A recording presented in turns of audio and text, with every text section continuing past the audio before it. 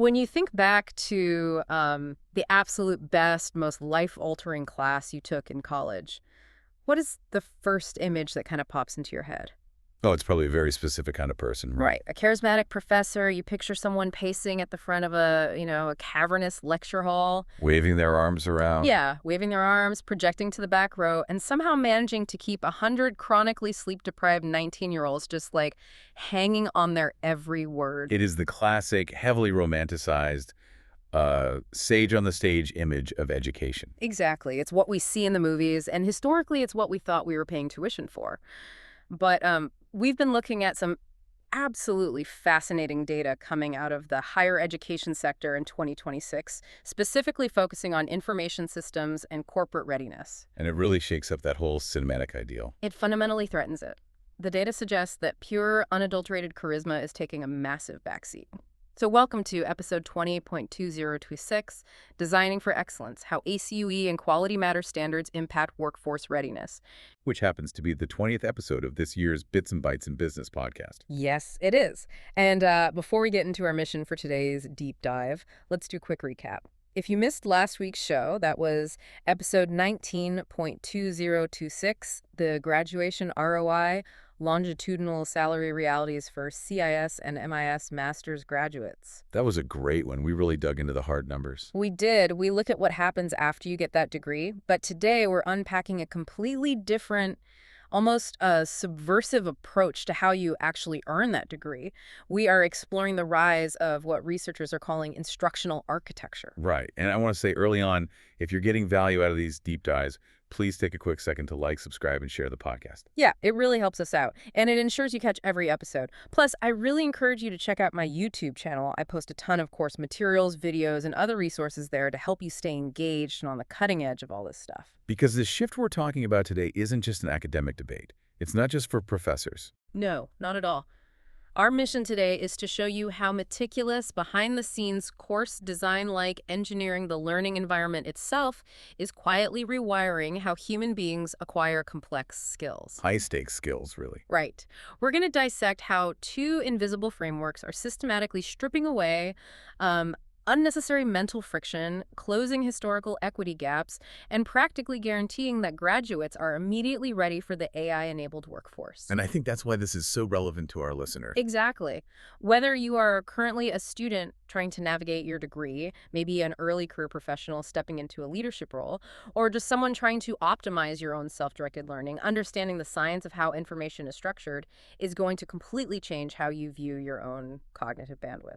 It forces a total paradigm shift. Yeah. I mean, we really have to stop looking at the performance of the instructor and start looking at the structural integrity of the environment. Which brings up a concept from our sources that I find incredibly compelling. They call it the invisible architect. I love that term. It's so good.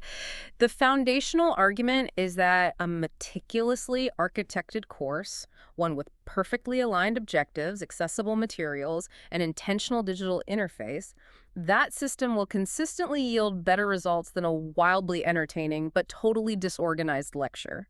The system essentially beats the individual performance every time. It really does. And thinking about this invisible architect idea, it instantly mirrored a massive problem we see in software development. Let's think about this from a tech perspective. Okay, lay it out for me. Taking a class with a highly charismatic but completely disorganized professor, it is like exactly the same as downloading a flashy, heavily marketed new app. Oh, I see where you're going. Right, you open it up, the graphics are stunning, the animations are buttery smooth, the marketing copy is hilarious, it looks incredible. But then you actually try to use it. Yes, you try to accomplish a basic task and the app constantly crashes. The settings menu is buried under like 4 nonsensical icons. You can't figure out how to save your work. So it's entertaining for the first 5 minutes, but the user experience is a nightmare. A total nightmare. The visual polish just cannot compensate for a broken underlying architecture. And if we bring that user experience analogy back over to academia, that nightmare is the literal definition of cognitive load. Right. Explain how that plays out for a student. Well, imagine a student logging into a learning management system. If they have to spend 20 minutes clicking through a maze of poorly labeled folders just to find the syllabus, The worst. right? Or if they spend an entire evening trying to decode a really vague grading rubric because it just doesn't align with the lecture they just heard. They're burning energy on the wrong things. Exactly. Their brain is working overtime, but they aren't expending mental energy on learning the actual subject matter. They are burning their cognitive fuel, simply trying to navigate the friction of the system. They are exhausted before they even read the first page of the assignment. Precise. Which brings up a very real tension that's highlighted in our source material. Because, I have to play devil's advocate here for a second. Go for it.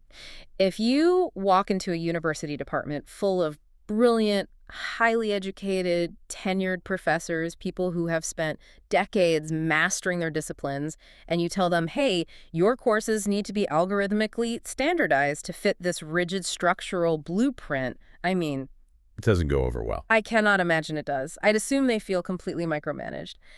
The documents mention a really fierce debate between this drive for standardization and the sacred concept of academic freedom. Oh, the pushback is intense. And frankly, it's understandable.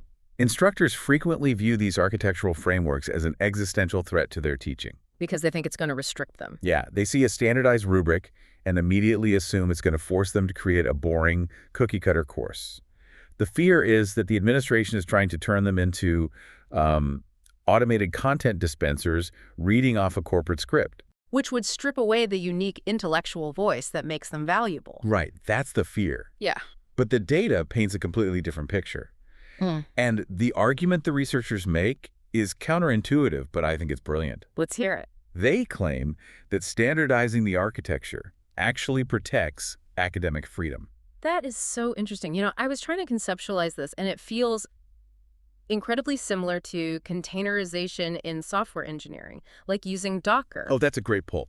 Walk me through that connection. Well, before containers existed, developers would write a piece of code, and it would work perfectly on their specific laptop. The classic, it works on my machine problem. Exactly. But when they sent it to another server or to a user with a different operating system, the whole thing would crash because the environments were completely different. The code was tied to the local chaos. Right. Then we invented containers. A container packages up the code with all its necessary dependencies into one standardized, isolated unit.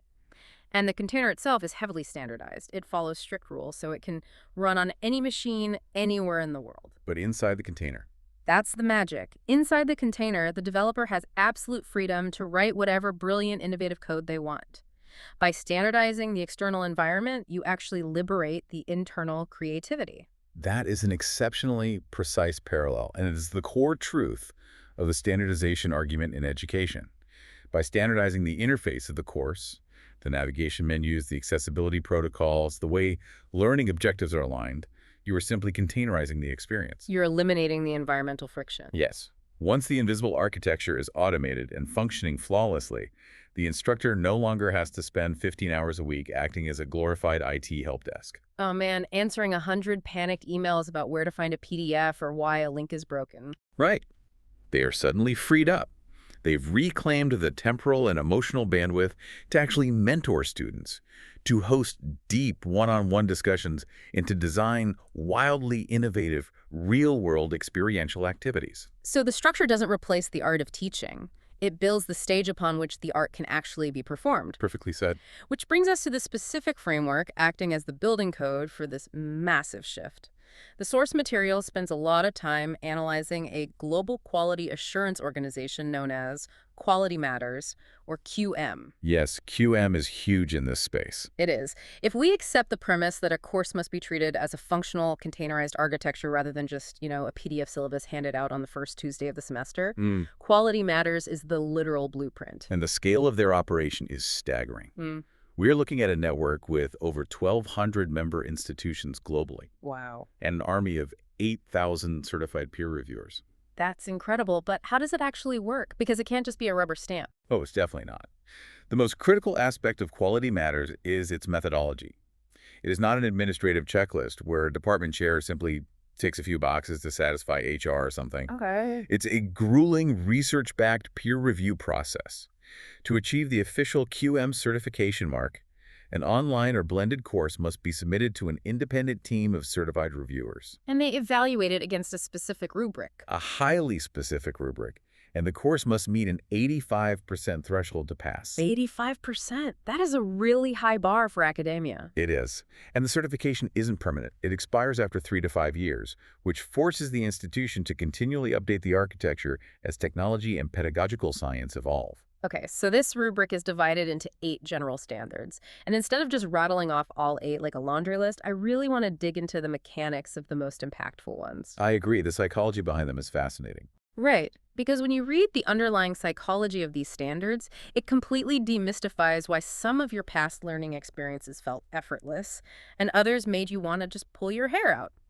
Let's start with how they handle the very beginning of a course. Standard 1, course overview, and Standard 2, learning objectives. So Standard 1 is entirely about establishing the mental model.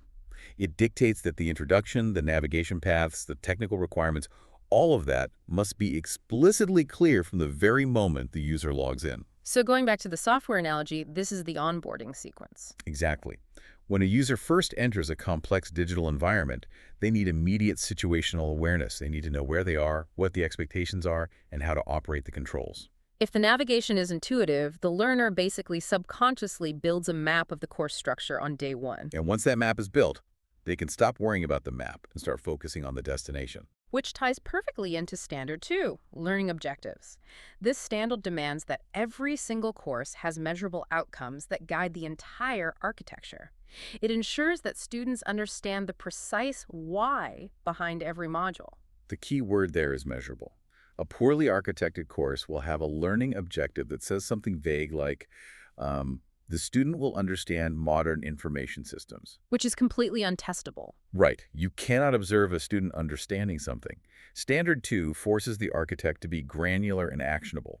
The objective must be something like, by the end of this module, the student will be able to diagram a secure cloud server architecture. Or calculate the cost-benefit ratio of migrating to a specific enterprise software. Exactly. When the objective is an observable action, the ambiguity just evaporates. The student knows exactly what cognitive destination they are trying to reach. And that leads to what I think is the most mind-bending part of this whole QM rubric, alignment. Oh, alignment is everything. It really is. This comes into play heavily with Standard 3, which covers assessment, and Standard 4, which covers materials. The concept here is that you cannot just test students on whatever you feel like testing them on. There has to be a direct one-to-one mapping between the assessment and those specific learning objectives we just talked about. Right. Alignment is the structural integrity of the entire framework. Let's look at a concrete example. Sure. Imagine a professor states their learning objective is for students to be able to verbally present and defend a business case for a new cybersecurity protocol to a non-technical board of directors. Okay, that's a very specific, actionable goal. But then midterm week arrives, and the assessment is a 60-question multiple-choice quiz asking students to define cybersecurity vocabulary words. Oh my gosh, that would be infuriating. You spent weeks preparing to formulate an argument and speak publicly, and then you're just tested on rote memorization. Precisely. The architecture is structurally misaligned. Standard 3 catches this failure. It ensures that the assessment actually measures the specific competency promised in the objective. And then Standard 4 forces the curation of materials to follow that exact same rule, right? Yes, every single reading assignment, every video, every piece of required software must be directly mapped to an objective. In an era where we have access to infinite digital information, the ability to curate, to cut away the noise, is vital. It prevents course bloat. Exactly. Yep. It stops professors from assigning a massive, dense textbook chapter just because they happen to like the author, when only 2 pages of that chapter actually serve the learning goal. It is the ultimate antidote to academic busywork. It's essentially asking the architect to justify the existence of every single pixel on the screen. It really is. Let's jump to Standard 6, technology, because I find this one so fascinating in the context of our current, AI obsession. Standard 6 dictates that tools must be chosen based purely on pedagogical utility, not just because they are novel. It is a strict mandate against shiny object syndrome. Right. And the temptation in modern education, particularly in information systems programs, is to integrate the newest, most disruptive technology the moment it hits the market.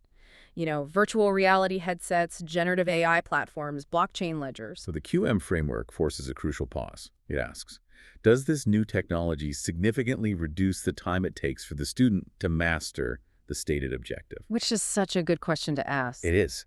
If a highly complex 3D interactive simulation requires 3 hours of troubleshooting just to get the software to run on a student's laptop, Right. and the learning objective could have been achieved with a 10-minute recorded video and a simple discussion board, then the simulation is a failure of architecture. It introduces catastrophic cognitive load under the guise of innovation. You don't need a sledgehammer to drive in a thumbtack. Exactly. And speaking of removing barriers, I really want to explore Standard 8, accessibility, because the briefing documents heavily emphasize this. And it's not just about complying with basic legal mandates for disability access. It focuses on UDL, Universal Design for Learning. Yes, UDL is a profound shift in the engineering mindset. Because the traditional approach to accessibility in higher ed was purely reactive. Very reactive. A student with a documented hearing impairment would enroll in a class, and the university would scramble to hire a sign language interpreter or hastily generate captions for old lecture videos. It was an accommodation slapped onto the outside of the building after it was already built. That's a great way to put it. UDL, on the other hand, demands that the building is designed from the ground up so that it works seamlessly for the widest possible range of human brains and bodies right from the start. So instead of waiting for a student to request a transcript for a video, the course is architected so that every single video already has flawless, searchable transcripts built in from day one. Correct. And the beauty of UDL is that designing for the margins universally improves the experience for the center. What do you mean by that? Well, a searchable video transcript is an absolute necessity for a student who is deaf. But that exact same transcript is incredibly useful for a student whose primary language is not English and who needs to read along. Oh, right. It's useful for a single parent who is trying to study while their baby is sleeping in the same room and they cannot turn the volume up. Or it's useful for a student who simply learns better by reading text rather than processing auditory information. By making the architecture fundamentally accessible, you reduce the friction for every single user in the system. That is incredibly powerful. But, it makes me wonder, who is actually overseeing all of this?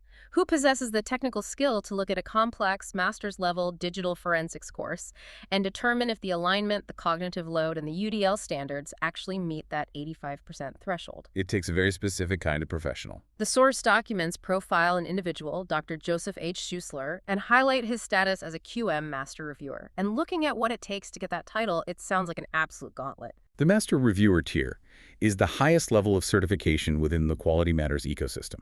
You do not just take a weekend seminar to get this title. I figured as much. The prerequisite pathway requires passing the Applying the QM rubric workshop, then successfully completing the peer reviewer course.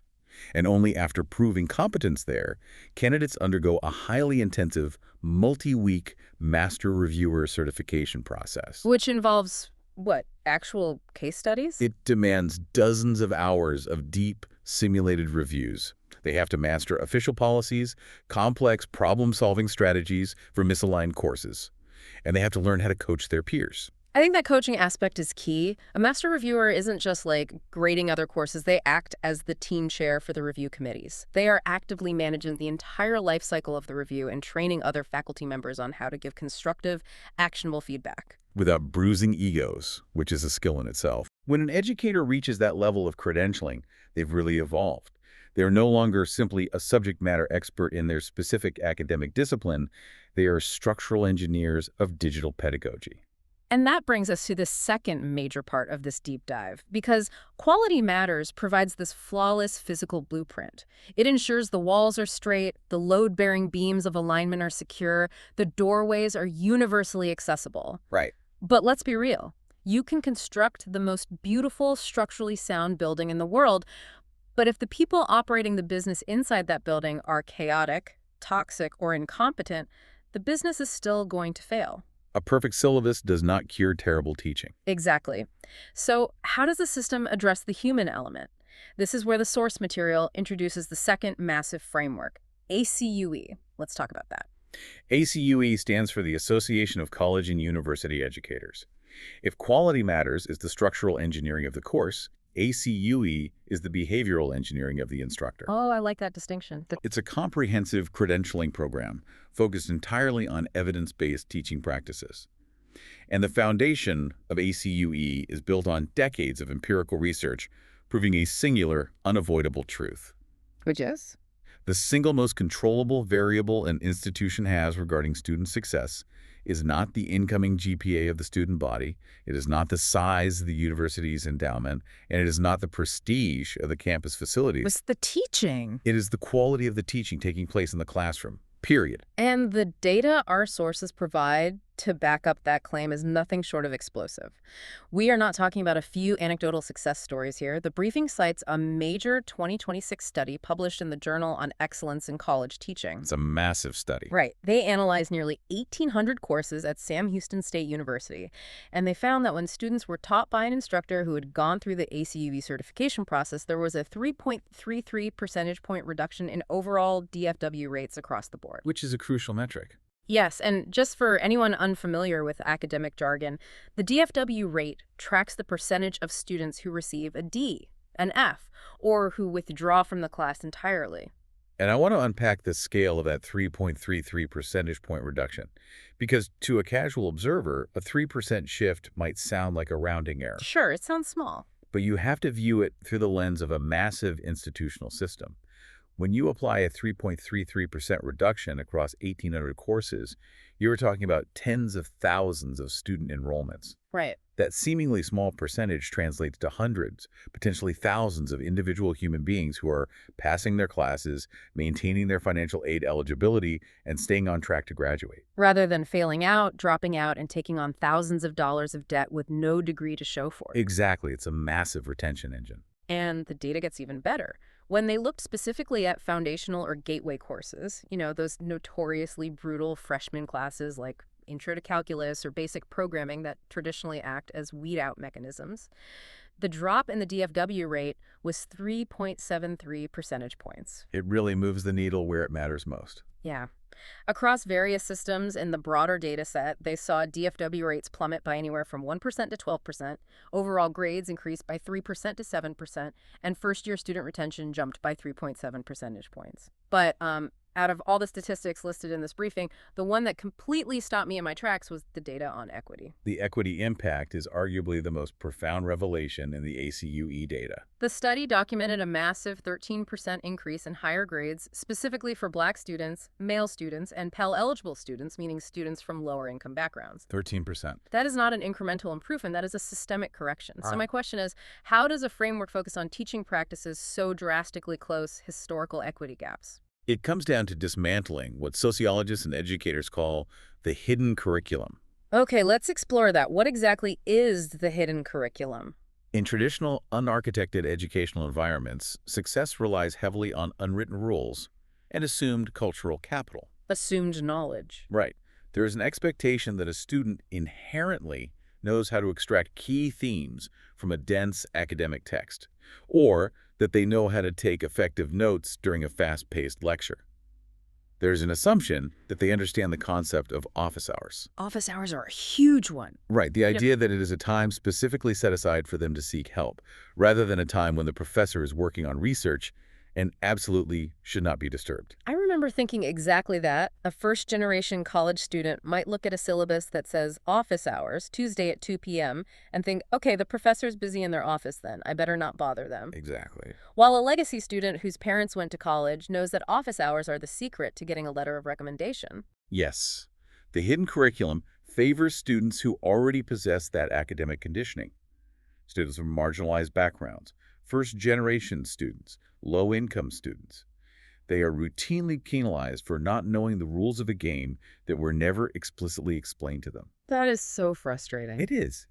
But what the ACUE evidence-based practices do is mandate that the implicit becomes explicit. The unwritten rules are written down. The architecture forces the instructor to design learner-centered environments where productive behaviors are actively taught alongside the academic content. Wow. When you remove the ambiguity of the hidden curriculum, the students who benefit the most dramatically are the ones who are historically locked out by it. That 13% increase isn't just an academic metric. It's a mechanism for profound social and economic mobility. I love that. I do want to push back on this, though, because I can hear the skeptics in the audience right now. Let's hear it. If we are engineering human interaction to this degree, if we're providing professors with strict rubrics on how to design their syllabus, how to structure their lectures, how to interact with marginalized students based on behavioral data, doesn't this turn the professor into a robot? I get that question all the time. Right.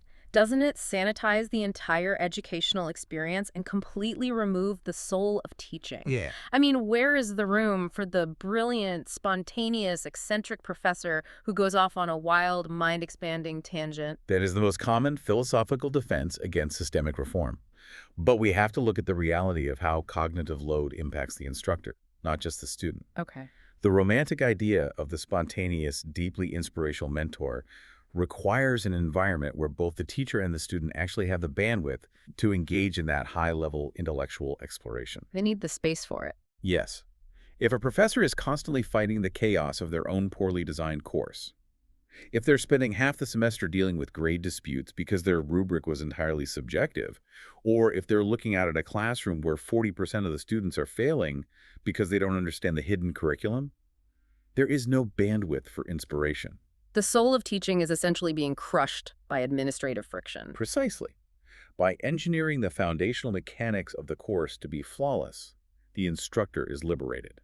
When you no longer have to manage the chaos, you can finally focus on the human connection. So you were saying the structure actually enables the spontaneity. It does. And the ACUE data actually supports this. Institutions utilizing these frameworks reported a 25% increase in instructor confidence and a massive reduction in faculty burnout. That makes perfect sense. The source document synthesizes this beautifully by referring to Dr. H.Schuessler's specific credentialing again. He holds the QM Master Reviewer status for structural architecture, but he also holds the ACUE Advanced Certification for Pedagogical Practice. The structural and the behavioral. Right. And the briefing terms this combination the human premium. The human premium, I really like that. It implies that in an age where an AI can instantly generate a syllabus, write a lecture, and grade a multiple-choice quiz, the mere delivery of content is utterly commoditized. Oh, absolutely. The true value, the premium, is the human being who possesses both the technical mastery of the subject matter and the deep pedagogical empathy required to successfully guide another human brain through the friction of learning it. That is exactly it. But, the researchers do not stop at the level of the individual classroom. The briefing transitions from examining single course success to exploring how these concepts are being deployed on a massive statewide scale. Right, taking it from the micro to the macro. Exactly. We are moving from the architecture of a single building to the urban planning of an entire educational metropolis. They introduce a concept known as Systemness, highlighting a specific initiative called the Meauxmentum framework. The Meauxmentum framework. According to the documents, this was originally conceptualized in Louisiana, and it's driven by a very aggressive state-level economic goal, hitting a 60% degree or high-value credential attainment rate by the year 2030. Which is a massive target. It really is. They realize that to hit numbers that big, they cannot just rely on a few exceptional professors scattered across a few lucky campuses. They need systemic guarantees. Right. The briefing breaks the Meauxmentum framework down into 3 foundational strands and 4 structural threads. The 3 strands form the underlying philosophy. Equity, making sure the system serves everyone.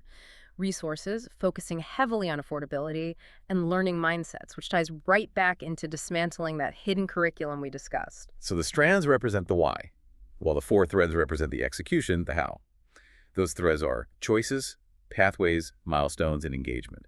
The objective of this framework is to ensure that excellence is not an isolated serendipitous event. I really want to dig into that first execution thread. Choices, because the document specifically emphasizes the implementation of choice architecture to guide students into purposeful degree programs early in their academic careers. It's a really smart approach. But what does choice architecture actually look like when applied to an 18 or 19-year-old college freshman? Well, choice architecture is a concept deeply rooted in behavioral economics. It recognizes that human beings do not always make rational, optimal decisions when faced with overwhelming complexity. True. Let's visualize the traditional college enrollment process. An 18-year-old logs into a digital portal and is confronted with a massive, alphabetized catalog of 500 disconnected majors. Just a huge list. Yeah. They have no clear pathways, no context for what these degrees actually lead to in the labor market, and no guidance on how the prerequisites overlap. It is the ultimate paradox of choice. They are just paralyzed. Yes, they experience severe cognitive overload. So what do? They randomly pick a few introductory classes that sound vaguely interesting. They wander through the system for 2 years, change their major 3 times, accumulate credits that do not transfer to their final degree, and end up wasting thousands of dollars and vital years of their life. That's a depressingly common story. It is. So, choice architecture seeks to solve this by redesigning how the options are presented. It's about designing the nudges, right? Exactly. It does not remove the student's freedom to choose any major they want, but it organizes the presentation of those choices. Instead of 500 random options, the system might present 6 meta-majors, or career clusters, such as healthcare, technology and data, business, or humanities. Okay, so they pick a lane first. Right. The student chooses a broad cluster in their first year. The courses in that cluster are deeply integrated and designed to overlap so that as the student refines their specific interest, say, moving from a general technology cluster into an information systems specific major, they haven't lost any momentum or wasted any credits. The default path is engineered to lead to successful milestones and ultimately graduation. You are making it structurally harder for the student to accidentally fail. Exactly. And we see this exact concept of systemness scaling up in Texas as well. The documents highlight an initiative from the Texas A&M University System, or TAMUS, literally titled Scaling Instructional Excellence for Student Success. Yes, the TAMUS data is fantastic. They deployed these evidence-based ACUE frameworks across Tarleton State University, which encompasses 8 different campus locations. And when they scaled this excellence system-wide, the results replicated. DFW rates dropped by 12%, and the average GPA rose from a 2.69 to a 2.86. That data point is vital because it proves the model is resilient. It proves that the success is not dependent on the unique charisma of one specific instructor, but rather on a replicable system that functions consistently across different campuses, different demographics, and different academic disciplines. It reminds me of the difference between a standalone, wildly successful private restaurant and a flawlessly executed franchise model. Oh, that's an interesting way to look at it. Think about it. If you have one brilliant head chef who runs a single restaurant, the food is going to be amazing, but the entire operation is fragile. If that chef gets sick or retires or just has a bad night, the quality of the product plummets. Right, the success is entirely dependent on one individual's daily performance. But a massive global franchise that has standardized its kitchen architecture, engineered its supply chain, and perfected its training protocols, they can guarantee a consistent, high-quality experience at thousands of locations simultaneously. The underlying architecture ensures the baseline of excellence never drops. A very apt comparison. And this brings us to the ultimate final destination of all this elaborate educational scaffolding. We really have to look at how this highly structured, frictionless environment directly translates to the real world. Because at the end of the day, they need jobs. Exactly.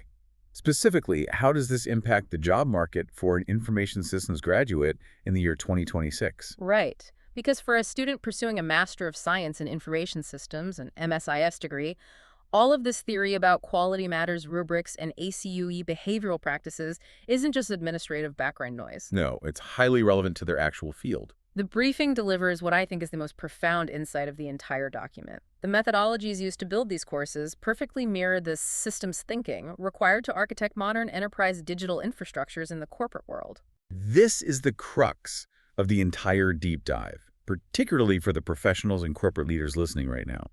The analytical methodology required to design an accessible, user-centric, perfectly aligned digital educational course is the exact same methodology required to manage a complex, modern, corporate data ecosystem. They share the same fundamental DNA. They do. It completely blew my mind when I made the connection, because if you are a senior IT architect tasked with building a massive AWS cloud environment for a multinational corporation, or if you're structuring an enterprise data warehouse, what do you have to do? You have to follow the same steps. Exactly. You have to establish a clear structural architecture, which is standard 1. You have to deeply align your software tools with the measurable business objectives of the company, which hits standards 2 and 3. You have to ensure the interface is universally accessible for all departments, regardless of their technical proficiency.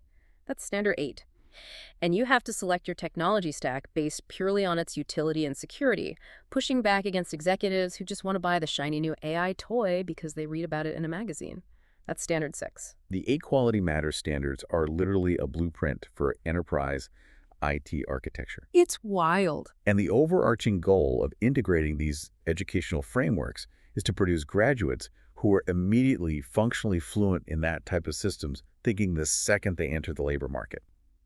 The briefing paints a highly specific picture of the 2026 landscape, specifically zeroing in on the Dallas-Fort Worth or DFW economic zone. A DFW area is booming. It is currently experiencing hypergrowth driven by corporate relocations, massive investments in generative AI, and the rapid expansion of hyperscale data centers. And those corporations operating in DFW do not have the luxury of spending 6 months putting new hires through a remedial training program to teach them how to think systematically. They need engineers and analysts who are ready to execute on day one. Which is why the educational experiences must perfectly mirror the messy, high-stakes complexities of the real world. The source material provides a fascinating, highly specific example of how this is executed in practice. It details Dr. H.Schuessler's approach to teaching his master's-level digital forensics class. Oh, yes. I loved this example because it is so incredibly tangible. In his digital forensics course, he doesn't just assign abstract textbook readings about the theoretical history of cybersecurity. No, he gets them hands-on. He forces the students to interact with everyday physical devices, specifically IoT devices like fitness trackers and CPAP machines, and treats them as silent witnesses in complex legal and technical scenarios. Consider the sheer volume and sensitivity of the data a modern CPAP machine records. It logs exact sleep patterns, respiratory rates, instances of apnea, and highly precise timestamps of when the user put the mask on and when they took it off. Which is incredibly personal data. It is. Now, project that into a high-stakes legal scenario. Suppose a defense attorney is trying to establish a rock-solid alibi for a client accused of a crime that occurred at 3:00 a.m., or an insurance company is investigating a wrongful death claim. That CPAP machine is no longer a medical device. It is a critical repository of hyper-accurate, time-stamped evidentiary data. The same goes for a fitness tracker, logging heart rate spikes, GPS coordinates, and biometric movement at the exact moment a critical event occurred. Exactly. The assignment in this class requires the students to figure out how to legally and technically extract that specific data without corrupting the hardware. They have to establish and preserve an unassailable chain of custody, and then they have to analyze that data and present it in a way that would hold up under cross-examination in a courtroom. It's brilliant. It is an authentic, messy, deeply complex problem. And returning to our theme of instructional architecture, a poorly designed course would fail to teach this effectively. If the course lacked alignment, the professor might talk about CPAP machines in a lecture, but the test would just be a multiple-choice quiz on the definition of chain of custody. Right, which teaches them nothing about the actual execution. But because the course is architected under the QM and ACUE frameworks, the assessment actively requires the student to perform the complex extraction and defense. The architecture guarantees the competency. Which leads me to a major meta question, and I really want your analytical take on this. Okay, I'm ready. We have established that the structure of the course directly mirrors the structure of enterprise IT. Is the medium actually the message here? Does simply existing and learning for 2 years within a flawlessly architected, deeply aligned QM and ACUE environment subliminally train these MSIS students to build flawlessly architected IT environments when they get to the corporate world? Without a doubt. It establishes a neurological baseline expectation of what a well-designed system is supposed to feel like. Wow. If a student's entire multi-year educational experience is structured, purposeful, aligned, and fiercely user-centric, they will unconsciously replicate those exact values when they are hired to design a database, build a user interface, or architect a secure network. It becomes second nature. Exactly. They will physically recoil at the sight of misaligned corporate structures because they were never conditioned to tolerate misalignment in their education. That subliminal conditioning, that internalization of the architecture, is the ultimate return on investment for both the student and the corporation hiring them. That is an incredible realization. The structure of the school becomes the structure of the mind. That's a powerful thought. Okay, let's zoom out and recap this journey because we have covered a massive amount of ground today. We started by dismantling the nostalgic, cinematic idea that education is simply a charismatic professor delivering a brilliant monologue. The sage on the stage is officially retired. Exactly. What we have discovered is that higher education in 2026, particularly in high-stakes fields like information systems, is no longer a roll of the dice based on an instructor's personality or mood. Through the rigorous, behind-the-scenes engineering of the Quality Matters blueprint and the behavioral science of ACUE, these learning environments are being structurally optimized. They are actively slashing failure rates. They're systematically dismantling the hidden curriculum to close historical equity gaps, and they are churning out highly adaptable professionals who are preconditioned to thrive in an AI-driven, systems-heavy economy. It represents a fundamental evolution in how we view knowledge transfer. We have moved from simply hoping for a good educational outcome to meticulously engineering a successful one.